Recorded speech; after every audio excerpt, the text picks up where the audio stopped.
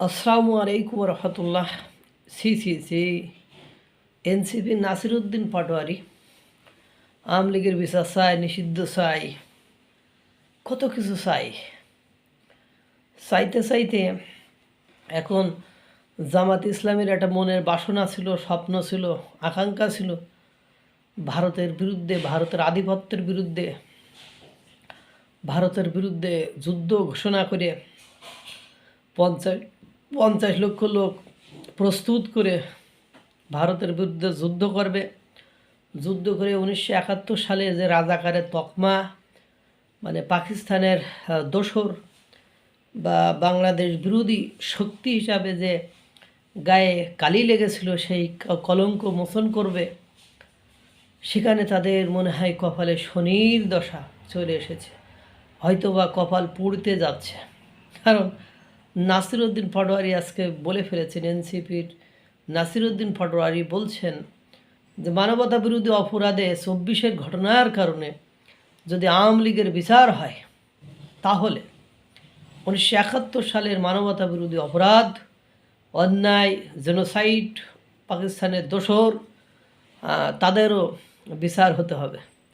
তো এতদিন জামাতের লোকজন, শিবিরের লোকজন, ইসলাম প্রিয় লোকজন নাসিরউদ্দিন পাটোয়ারির মানে সকল কথায় সমর্থন করেছে। তবে আজকে যে কথাটা বলেছে, তাহলে এই কথাটিরও কি সমর্থন করবে, এই কথাটির পক্ষেই কি কাজ করবে? এটা কিন্তু এখন দেখার বিষয়।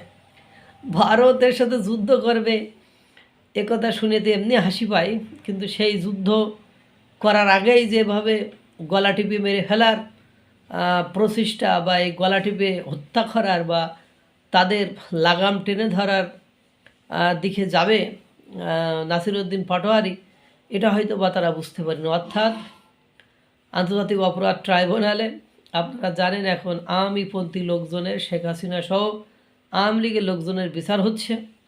এখন এই আন্তর্জাতিক ট্রাইব্যুনালে আবার কি তাহলে, যেহেতু অনেকে বলি বলছে এখানে যারা বিচারক আছে, প্রসিকিউটারটার আছে, তারা সকলেই একপন্থী, বা তারা আগে মানবতা বিরোধী অপরাধের সাথে জড়িত যুদ্ধ অপরাধী যারা, তাদের বিচারের পক্ষে আইনজীবী হিসাবে কাজ করেছে, এখন চিফ প্রসিকিউটার, এইসব কথাবার্তা উঠছে। তা আবার যদি শুরু হয়, তাহলে এবার কারা দাঁড়াবে তাদের বিপক্ষে? তো এভাবে জামাতের স্বপ্নটাকে শেষ করে দিলে তো হবে না।